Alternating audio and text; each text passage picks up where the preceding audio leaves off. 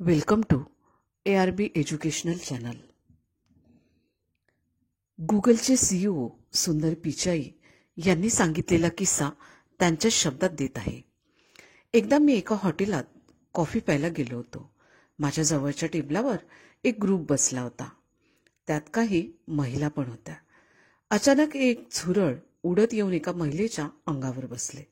ते झुरळ बघून ती महिला घाबरून किंचाळायला आणि थैथयाट करायला लागली. तिचा हा थैथयाट मिनिटभर तरी चालू होता. मोठ्या मुश्किलीने तिने ते झुरळ झटकून टाकले, तर ते झुरळ त्याच ग्रुपमधल्या दुसऱ्या महिलेच्या अंगावर जाऊन बसले. मग त्या महिलेने पण किंचाळायला आणि थैथयाट करायला सुरुवात केली. तेवढ्यात त्या हॉटेलचा वेटर तिथे आला. त्या दुसऱ्या महिलेने पण मोठ्या मुश्किलीने ते झुरळ झटकून टाकले, तर ते झुरळ त्या वेटरच्या अंगावर जाऊन बसले. मला वाटले की आता हा वेटर पण थैथयाट करणार, पण तसे काही झाले नाही. ते झुरळ अंगावर पडताच तो वेटर स्तब्ध उभा राहिला. अजिबात हालचाल न करता त्या झुरळाच्या मुवमेंट्स बघत राहिला. योग्य वेळेतच त्याने ते झुरळ झटक्यात पकडले आणि हॉटेल बाहेर फेकून दिले. मी विचार करू लागलो की जी गोष्ट त्या वेटरला जमली ती गोष्ट त्या दोन महिलांना का जमली नाही. माझ्या लक्षात आले की त्या दोन महिला घाबरून रिॲक्ट होत होत्या, तर त्या वेटरने रिस्पॉन्ड दिला होता.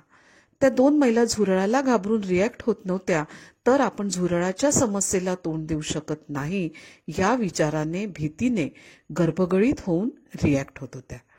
पण वेटरचे तसे नव्हते. आपण झुरळाच्या या समस्येला तोंड देऊ शकतो याची त्याला खात्री असल्यामुळे त्याने रिस्पॉन्ड देण्याचे ठरवले होते. तात्पर्य,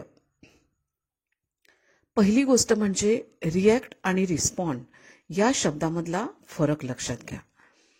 आयुष्यात कोणतीही समस्या आली की आपण ही समस्या सोडवू शकत नाही या भीतीपोटी माणूस रिॲक्ट होत असतो.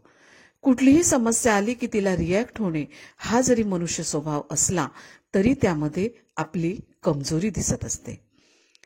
कारण मनुष्य जेव्हा रिॲक्ट होतो तेव्हा तो बहुतेकपणे चुकीच्या माहितीमुळे, चुकीच्या विचारांमुळे, चुकीच्या गायडन्समुळे, आत्मविश्वास नसल्यामुळे किंवा चुकीच्या संगतीने रिॲक्ट होत असतो.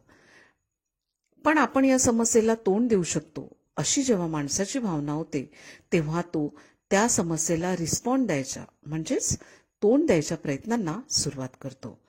मग तो यासाठी योग्य ती माहिती गोळा करतो, योग्य व्यक्तींचा सल्ला घेतो, योग्य विचार मनात आणतो, मन शांत आणि गंभीर ठेवतो, शांत चित्ताने पण दृढ निश्चयाने त्या संकटांचा मुकाबला करू लागतो. छत्रपती शिवाजी महाराजांच्या चारित्र्याचा बारकाईने अभ्यास केला तर एक गोष्ट आढळून येईल की त्यांनी संकटांना रिॲक्ट न होता रिस्पॉन्ड करण्याचे धोरण अवलंबिले होते. त्यांच्यावर अनेक संकटे आली.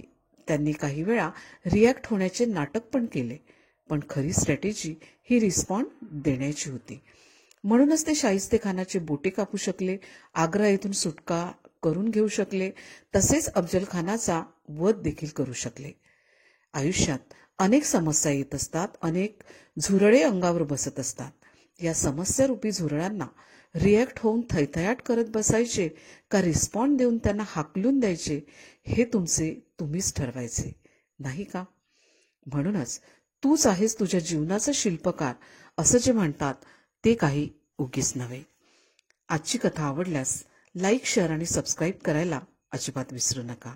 आणि या कथेतील कोणती गोष्ट तुम्हाला जास्त आवडली ते कमेंटद्वारे नक्की कळवा. थँक्यू.